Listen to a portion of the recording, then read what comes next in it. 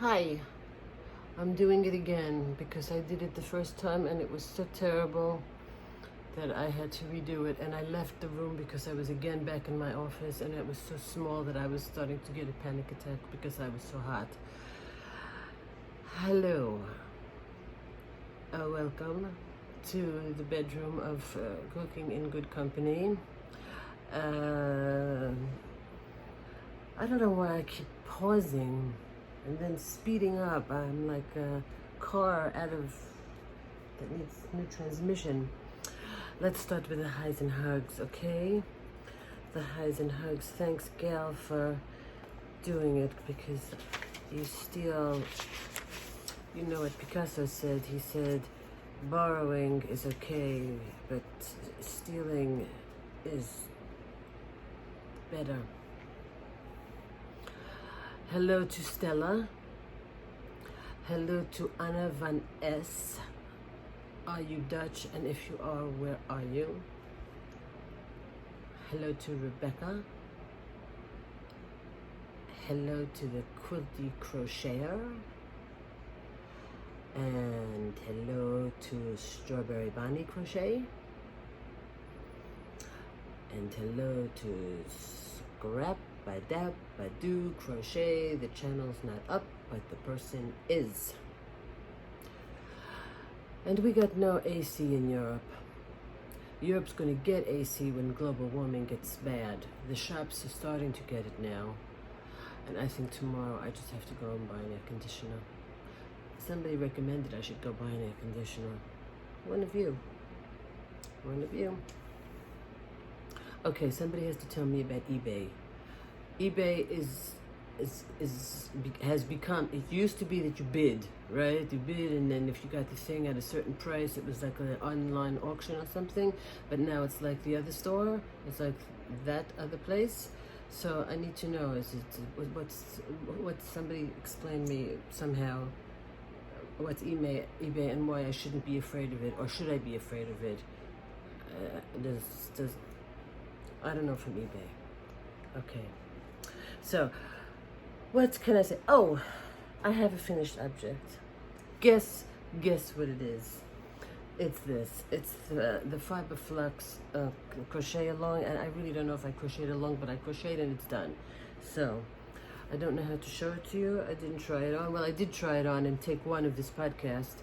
It starts, I think, here. I nicely wove in my ends. Maybe it doesn't start here. No. Where does it start? It starts here. It starts here, and then it keeps getting bigger and bigger, wider and wider and wider, and wider and wider.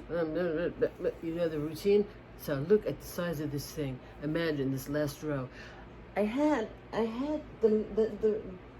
the strand of, it was this much yarn left over. Not even this much yarn. But it was here to show you, to prove, but it got lost. Here it is. Only for you. Only for you. Here we have it. Here we have it. I think it's called cherry, maybe, the color. What color is that called? I know that the white is whipped cream. Here it is. Okay, it's very nice, very pretty, finished object, very done. Now I want to do something a little bit more exciting. And somebody wrote to me, can't wait to see what you do next. You can't put me in that position. What do you mean? Well, learn magic. Today we sat out on the balcony. A girlfriend of myself, that is not English, but okay. And we were laughing very much because together we tried to make a list of the top 10 of the best of mankind. And it was very, very difficult. And the first time I read it, I sounded like a lunatic also, which is another reason I'm redoing the thing. But listen, this is what we came up with. We don't have 10, we have 8. These are things only mankind, not animals, because we have a lot in common with all the other animals, but this is what makes us, according to us, different. So, the first one we write is that we have the ability to be different and to think different things. So I think maybe, I don't know if it's a best of or a worst of, because maybe we think too many things and we can't get our eggs in a row. But we don't work on instinct. We can kind of think. So yeah. Okay, let's leave it at that, because if I start explaining, full stop. We have the ability to master a skill or a talent, which means that we can rehearse and repeat, and we can learn and we can improve. We can become a we went over this morning, what the word is, virtuosity over whether it's a piano lesson or taxi driving. We can become an expert at something by doing it over and over and over again. I don't know if that's only mankind, but it seems pretty, the talent part is what we were going after. We can invent. We have the ability to invent. And we came up with some examples, like, okay, we invented eyeglasses. There's a lot of inventions everybody knows it, like the heart transplant heart, and then we were thinking about the guy who sits in the pineapple factory and who figures out all the different inventions of how you can sell pineapple in a can. And there's so many, it's very impressive how many ways when you go in the aisle in the supermarket, especially in the United States, for those of you, I don't know what it's like in other parts of the world, but I mean, how many ways do you need to sell pineapple in a can? There is the sliced piece, and then there is the wedge piece, and then there is the mass wedge piece, and then there's the whole one, and then there's the whole one without the core, and there's the one that's half, and you can buy half of. Anyway, that is also an invention that we have mastered. We prepare and process food. Now, some animals prepare, but they don't actually like cook, as we could figure it out. We make chocolate, and the Italians came up with ice cream. They came up with great ice cream, and that's a hot country, so how did they figure out how to make ice cream? Maybe it was some accident with a cappuccino, and then somebody came and figured out how to make a caramel sauce, and some genius then came and figured out the sprinkles on top of it. And while we're in Italy, like lasagna, fabulous idea. You can go all, I mean, we cook. And well, every one of these best of mankind's has its opposite, because then we cook, and then we go and invent something that's fabulous, like potato chips, and then we all get heart attacks. Which is why it's good that we can invent things like glasses and heart transplants, because, you know, which came first, the chicken or the egg?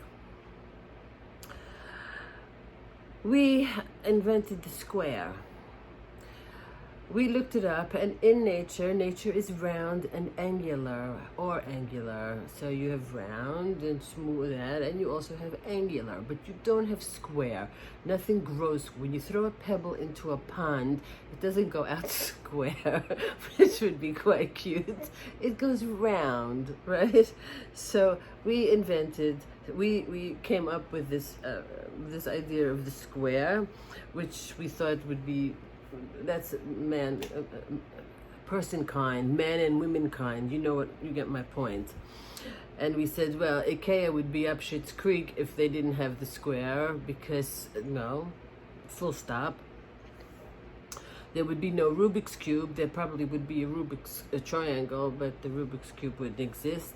And of course, there would be no building and no room, and I would be sitting on a rock someplace. I would exist, but the whole house and the buildings and the televisions and the flat screens. I mean, look at all the squares that are around us. Number, I don't know, I think that's the number, we invented the square. So then we come to another one. I don't know what number it is. I know we have 8 altogether, so this is 6. We came up with the notion, it's part of inventing, but it's not really inventing, because we have a way to put things into other things to bring them, to make them more mobile. So we kind of So you would have, for instance, a project bag and an airplane in the same category, or shoes and cars in the same category, because you put something into them that makes you or it mobile. And if you think quite well of it, something like a shoebox is a square thing to put shoes which make you mobile in a box, and then you can take the shoebox with you, making the whole thing mobile. So then we came to the next idea, is that we can combine all these things that make us different and that make us best in show best, that make us the best.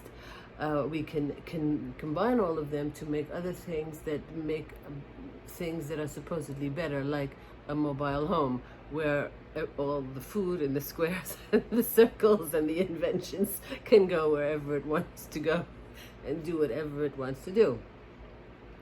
And the last thing that we found was the good of mankind is that we we made a communication system. Other animals can communicate, of course, but we can read and we can write, and it's not just ooh, or meow, or woof, or all those little intonations. We actually have several readings and writing and braille and sign language and Morse code and body language is everything, and we didn't even talk about it. And we can now, my handwriting got like, whoa. And with that skill, again, we can go to all of our best ofs and we can communicate them. So you would have examples like a street sign, which is writing on a square that tells you where to go, or a cookbook, which tells you how to prepare food in a variety of different communicatory modes.